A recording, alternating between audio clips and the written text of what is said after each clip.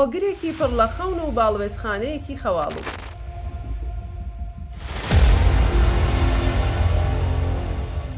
چیرۆکی جوانەمەردبوونی گەنجێکی نیشتمان لە نووسینی کامەران عوسمان. هۆگراسۆ جوانێکی تەمەن 21 ساڵ خەڵکی شارەدەی حاجیاوایە لە سنووری ئیدارەی ڕافەڕین. ڕۆژانە بە 10,000 دیناری عێراقی لە شارۆچکەی ڕانیەیشی کرێکاری دەکرد و لە دوای خەرجی هاتوچۆ تەنیا 7,000 دیناری بۆ دەمایەوە. بە ئومێدی دەستپێکردنی ژیانێکی شکۆمەندانەتر و بەدیهاتنی خەونە ڕەنگا و ڕەنگەکانی هۆگر لە مانگی ئابدا ملی ڕێگەی هەندەران دەگرێت و سەفەری وڵاتی لیبیا دەکات. ئەو سەفەرەکانی هۆگر هاوخەیاڵ و هاودەردیم گەنجەن و هەمویان بۆ یەک ئامانج دەڕێدا بوو. لە دوای 19 ڕۆژ چاوەڕێکردن هۆگر و هاوڵەکانی لەلایەن هێزی دەریاوانی لیبیاوە دەستگیر دەکرێن و دواتر دەگوازرێنەوە بۆ زیندانێکی بچووک. لە دوای چەند ڕۆژێک لە دەستگیرکردنیان باڵوێزخانەی حکوومەتی عێراق لە ترابلۆس لە سەرداوای خێزانی دەستگیرکراوەکان سەردانی زیندانەکە دەکات و بەشێک لە زیندانیە کوردەکان بە پاسێکی باڵوێزخانە دەگوازرێتەوە بۆ کامپێکی دەست بەسەرکردن لە ترابلۆس. نەهامەتی و گەنجە خێر لە خۆنە دیوانە لێرەوە دەست پێ دەکات.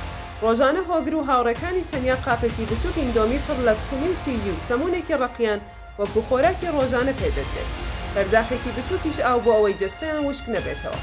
خۆششتن لە هەفتەیەکدا یەکجارە و ئەویش لەناو تەوالێتی زیندانەکەدا و وە کاتێکی سنووردا. خەوتن بێسەرین و بەتانی و دۆشەکە و لەسەر زەویەکی سارد و ڕق و تەقا. خراپی ڕۆژی زیندانەکە تەواوی و پەنابەرانە تووشی نەخۆشی و ئیلتیهاباتی خوێن دەکات. هۆگر ئیلتیهاباتێکی زۆر لەسەر سنگی کۆ دەبێتەوە و تووشی هەناس و توندی دەبێت. توانای قسەکردن و جوڵەی جەستەی کەم دەبێتەوە.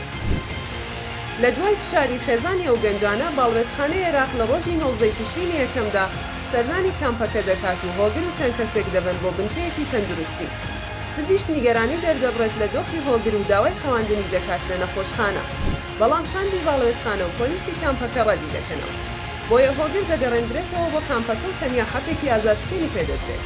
پزیشک داوا دەکات بۆ چاودێریکردنی دۆخی تەندروستی ڕۆژی ئایندە هۆگر بگەڕێنرێتەوە بۆ بنکەکە، بەڵام ئەم داوایش ڕەت دەکرێتەوە. ڕۆژی دواتر هۆگر بە تەواوی لە قسەکردن و جوڵە دەکەوێت. هاوڕێکانی داوا لە پۆلیس دەکەن کە تەنیا یەک پەرداخ ئەو ئەگەر گەرمیش بێت بدەن بە هۆگر. پاسەوانی کامپەکە شەقێک لە هۆگر دەدات و بەسەر پەنابەرە کوردەکانی تریشدا هاوار دەکات. ڕۆژی 21 تشرینی یەکەم هۆگر دوایین هەناسە کورسەکانی ژیانی هەڵدەمژێت. کوردەکان دەیکەن بە هات و هاوار و گریان و پاڕانەوە. دوای چەند کاتژمێرێک هۆگر بە بێهۆشی دەبرێتەوە بۆ بنکە تەندروستیەکە. دوو کاتژمێر تێدەپەڕێت. اینجا پاسەوانێک دێت و داوا لە یەکێک لە پەنابەرە کوردەکان دەکات کە لەگەڵی بچێت بۆ بنکەکە. چی بچێت کە دەچێت دەبینێت جەستەی ساردووسڕی هۆگر لە قماشێکی تەنک پێشراوە و هۆگر بە بێکەسی و لە برسیەتی و تینویەتی و بێباکی باڵوێزخانەی عێراق و دڕندەی حکوومەتی لیبیادا چاوەپڕ لە هیواکانی لێکناون و گیانی سپاردووە. بە درێژایی و ماوەیە کام گەنجانە لە زینداندا بوون، خانەوادەکانیان پەیوەندیان بە پەرلەمانتارانی کورد لە عێراق کردووە تا بەهانایەنەوە بێت. جگە لە بەڕێز دکتۆر موسەنا ئەمین هیچ کەسێکی تر یەک هەنگاوی خێری بۆ نەناون و بە دەمیانەوە نەچوو.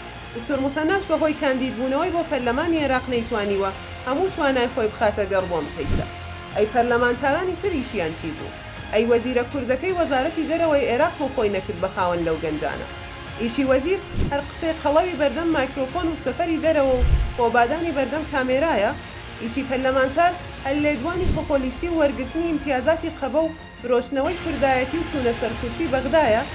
مەرگی هۆگر چیرۆکی دەیان هەزار گەنج و لالی ئەم وڵاتەیە کە ناشتنی خەون و خەیاڵی مرۆڤی ئێمە لە بێباکی و خەواڵووی و خەمساردی بەرپرسانی هەرێم و عێراق نیشان دەدات.